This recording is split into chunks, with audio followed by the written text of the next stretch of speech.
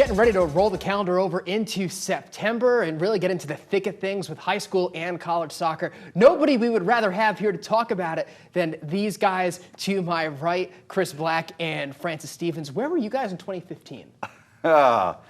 It's a long time ago. Were we here yet? I think we were here. I think we were here. Oh, yeah, we were here. Yeah, half of me was here. Yeah. Well, if you think about wherever you guys were back in 2015, it's a pretty long stretch, and that's how long it's been since St. John's won the Jesuit Cup. This has been a long time coming for that program. I'll tell you what, there's some great teams that play in the Jesuit Cup, and that's always a big experience for the kids as well, and so it's impressive for them to get that win in almost 10 years. I mean, great run that St. John's is on right now. Then beat them in penalty kicks, and then get that 3-2 win on Sunday against Walsh Jesuit on their home field. That's really impressive. Claudio Cabrera's got those guys going, obviously with some really good keys at the back with Charlie Case and Adam Cash, who really lead that.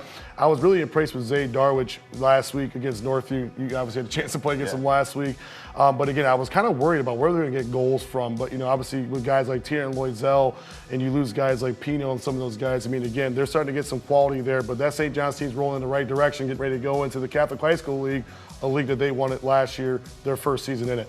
Sometimes it takes a little while to get a good idea of who the teams are to beat, and sometimes when you get a couple weeks in, what you thought might change. Well, on the girls' side, we've already seen Perrysburg and Anthony Wayne play each other. So does the result of that game last week change your perception of who is near the top of the girls' side?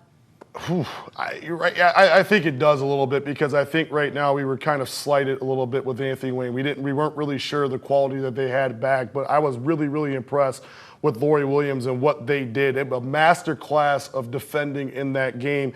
But when you have players like Lila Simon and Lydia Smucker went down about 5-10 minutes into that game, but the resilience of that Lady Generals team showed the rest of that match.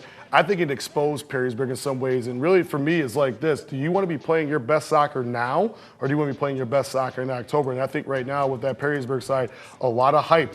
14 players back, 9 starters back from a team that went to a regional final.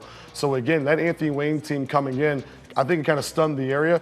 That Lady Generals team is really, really legit. They got 2 quality goalkeepers. I think their back 4 is really spectacular, really hard-working people up in the middle of the park.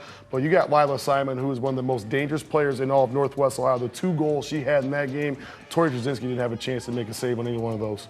I was going to say, and that really sets them up for later, because now you've got to press out on time. And hey, 30, 40 yards out, you got to close her down apparently. So get out, press that. Obviously, open up that back line a little bit though. So maybe that's something that later down the line, Anthony Wayne's able to kind of expose people on the back line.